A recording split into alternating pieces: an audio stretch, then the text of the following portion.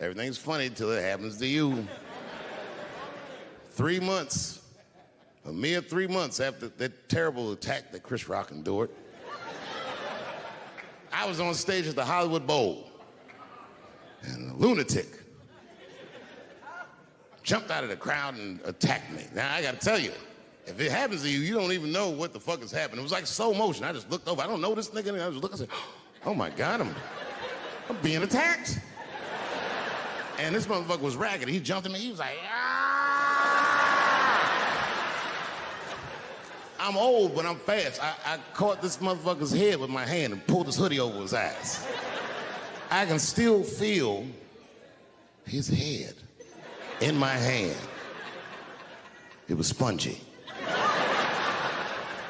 He had been growing dreadlocks. Not the beautiful dreads that Rastafarians grow. These were accidental LA homeless dreads. This shit had leaves and sticks and bottle caps and shit in it, some kind of grease. I was like, ugh, like this, and then I fell down. And he knocked me all the way on the ground. And I was like, man, this is a bad situation. I'm like, I don't know if I'm gonna die or what's gonna happen. But in that moment of vulnerability, you know what occurred to me that had never occurred to me before in my life? In that moment, it occurred to me that bodyguards should not wear dress shoes to work. Travis. This nigga Travis came out slipping and sliding on some kind of beautiful loafer and fell flat on his back. Pop. I said, oh my God. Now both of us are down. I gotta handle this shit myself. So I popped right back, boom. And then the kid that knocked me down, he popped out, boom, and we looked at each other and realized at the same time, I was bigger than him. And that motherfucker took off running. And I started to chase him, and I said, fuck him. I picked the microphone up. I said, I'm gonna finish this show now. That's right.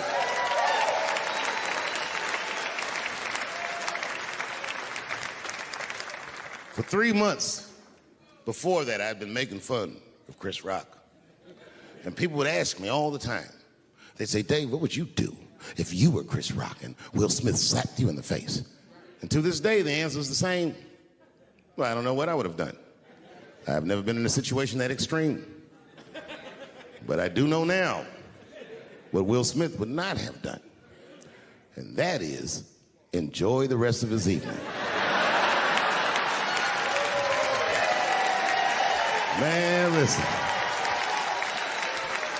We gave that kid a good while. We was whooping his ass. Not we, I mean, I was on stage trying to think of a joke to tell, but they was beating this nigga up right behind me. Everybody could see it. Everybody could see it. And I'm sitting up there trying to think of what to say. And I'm tongue-tied. Me, of all people, can't think of anything to say. Look at my karma. Just that moment. Of all the people in the world, Chris Rock walks from backstage, walks up to me in front of 20,000 people, grabs the mic out of my hands and looks at the crowd and goes, was that Will Smith? Man, motherfuckers fell out of their chairs laughing. I was standing there looking stupid. I was fucking furious, because I'm thinking in my mind, nigga, this is my attack. You got attacked 3 months ago. Now you have jokes. So I snatched the mic back from Chris and tried to get one off, but my shit did not go good at all. I didn't know what to say. I was just like, it was a trans man. And the crowd was like, boo. It's LA, we like trans people, boo. I know, I felt so bad. I felt so bad. But I know why I did it. You'd have to be there to understand, but man, when that guy tackled me, it was like it's like a movie or something. You gotta picture this. Picture a famous person you like. Every famous person you could imagine was at that show. It was like the biggest night that Hollywood had ever seen.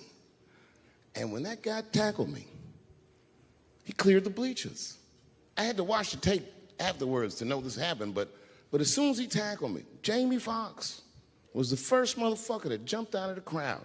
He was wearing a white cowboy hat like he knew this shit was gonna happen to him.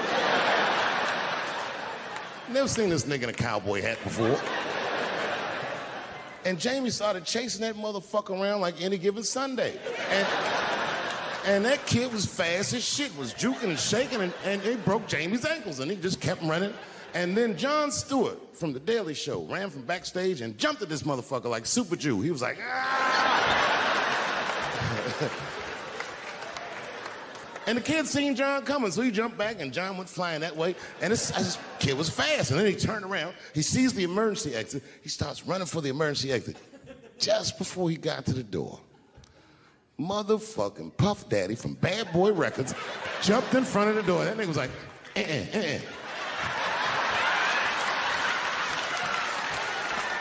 Boy, Puffy got that motherfucker. And then every celebrity just ran out because every celebrity saw themselves in me, and they just started beating the fuck out of that kid. And I know Chris was backstage looking like, nobody helped me.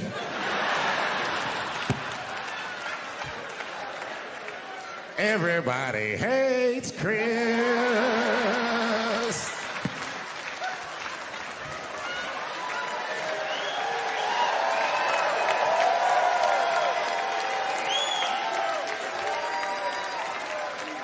You read, but the kid, while we was beating on him, reached in his waistband, pulled out a .22 caliber pistol. That shit was mayhem. Everybody started screaming, oh my God, he's got a gun, he's got a gun. And then I got scared. I was in the back, but I was scared because I knew that everybody that was with me was armed. Yes, if they had shot and killed this kid on stage at the Hollywood Bowl, like I pay you to do, Travis,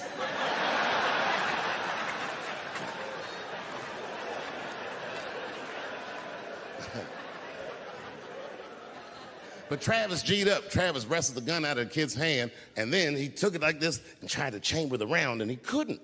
So he pulled the trigger, and it wasn't a gun. A knife blade popped out of the front. I guess this kid was gonna stab me. Some scary shit. So the next night, even though I didn't have a show, I said, I gotta get right back on stage. And I went and did a show. And someone in the audience screamed out, Dave, what happened with the attack? And I didn't know there was journalists in the room. All I said was that this nigga had a knife that identified as a gun. I got 6 more weeks of bad press for that joke. I didn't even do nothing to this nigga. That's not right. That was not right. And then the New York Post went to the jail and interviewed my attacker like he was some kind of hero. And I read that interview. It turns out the entire attack was my fault. Yes, I triggered him. I didn't mean to.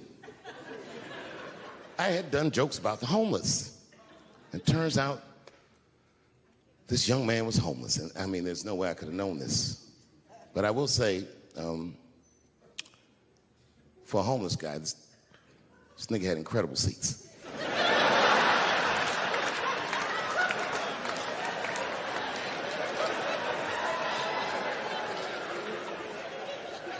Oh, and they said I triggered him because I had done LBGTQ jokes, and it turns out this fella was a bee.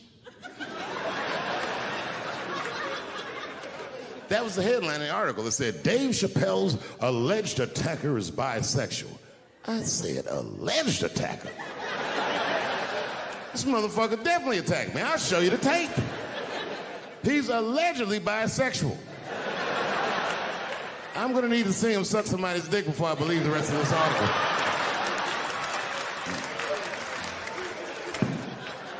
I read that shit in the paper. I was horrified. I was like, oh, bisexual?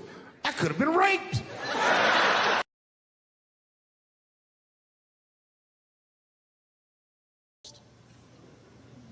Until I saw what happened to them Dixie chicks. I said, fuck that. If they'll do that to 3 white women, they will tear my black ass to pieces. I don't want to hear that shit. Yeah, man, they would. But I'm like, for real, why you care so much what the Dixie chicks say? It's not like they political scientists or nothing. They just bitches that can sing good. You know what I mean? Stop worshiping celebrities so much. Just don't pay attention. I remember right around September 11th, Ja Rule was on MTV. That's what they said. They said, we got Ja Rule on the phone. Let's see what Ja's thoughts are on this tragedy. Who gives a fuck what Ja Rule thinks at a time like this, nigga? This is ridiculous. I don't want to dance. I'm scared to death. I want some answers that Ja Rule might not have right now. You think when bad shit happens to me, I'll be in the crib like, oh my God, this is terrible. Could somebody please find Ja Rule, get hold of this motherfucker so I can make sense of all this. Where is Ja? God, me Ja Rule.